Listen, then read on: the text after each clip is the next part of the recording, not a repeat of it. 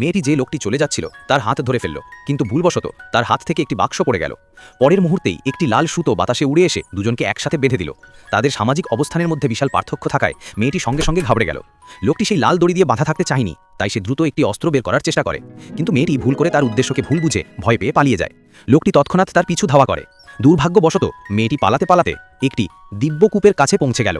লোকটি তার দিকে আসছে দেখে সে হুমকি দিল যে সে এক পা এগোলেই মেয়েটি নিজেকে আঘাত করবে, কিন্তু লোকটির ওপর এর কোনো প্রভাব পড়ল না। তখনই মেয়েটি হঠাৎ পা পিছলে সেই দিব্যকূপে পড়ে গেল। লোকটি সেখান থেকে চলে যেতেই সেই লাল দড়িটি হঠাৎ তার কবজিতে পেঁচিয়ে গেল। এরপর দড়িটি শক্ত হয়ে তাকেও কুয়োর ভেতরে টেনে নিয়ে গেল। তারা কেউই জানতো না যে দিব্যকূপটি খারাপ হয়ে গিয়েছিল।